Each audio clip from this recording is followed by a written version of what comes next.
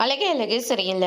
அடுத்து வர எபிசோட்ல நம்ம மதி இருந்துட்டு எதுவுமே சுரேஷை பத்தி கண்டுக்காம அவங்க பாட்டுக்கு வேலைக்கு கிளம்பி போயிடுறாங்க. இதை பார்த்துட்டு இருக்கிற நம்ம சுரேஷ் வந்து பயங்கரமா கோவப்படுறாங்க. பாத்தீங்களா மாமா, அவளால நான் அடிபட்டு இப்படி கிடக்குறேன். ஆனா அவ எதுவுமே கண்டுக்காம அவ பாட்டுக்கு காலேஜ் கிளம்பி போயிட்டு இருக்கா அப்படின்ற மாதிரி சொல்றாங்க. இந்த வேலை இருக்கிறதுனால தானே அவனை கண்டுக்க மாட்டேன்றா. சம்பாதிக்கின்ற திமிரு வந்துடுச்சுன்னா ஆம்பளைங்கள பற்றி பொம்பளைங்க எதுவுமே கண்டுக்க மாட்டாங்க. ஏன்னா 10 காசு அவங்க சம்பாதிக்கிறாங்களே, அப்போ நம்மளுடைய துணை அவங்களுக்கு எதுக்கு அப்படின்னு சொல்லிட்டு நம்ம தங்கராஜ் வந்து சொல்லிடுறாங்க. சம்பாதிக்கிற வரைக்கும் உன்னை கண்டிப்பாக அவள் மதிக்கவே மாட்டாடா அப்படின்ற மாதிரி சொல்கிறாங்க.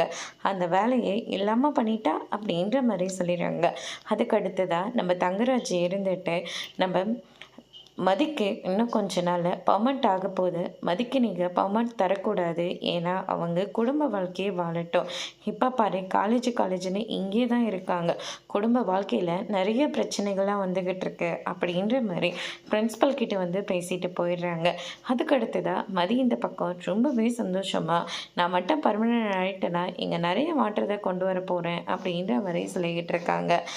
உடனே பிரின்ஸிபல் கூப்பிட்டாங்கன்னு சொல்லிட்டு மதியை வந்து கூப்பிடுறாங்க. உனக்கு பர்மனெண்ட்டெல்லாம் கிடையாதுமா அப்படின்ற மாதிரி சொல்கிறாங்க. ஏன் சார், என்னை பர்மனெண்ட் ஆக்குறேன்னு தானே சொல்லி வேலைக்கு எடுத்தீங்க, இப்போ என்னடனா இப்படி பேசுகிறீங்க அப்படின்னு சொல்லிட்டு மதி வந்து பயங்கரமாக பேசிக்கிட்டு இருக்காங்க.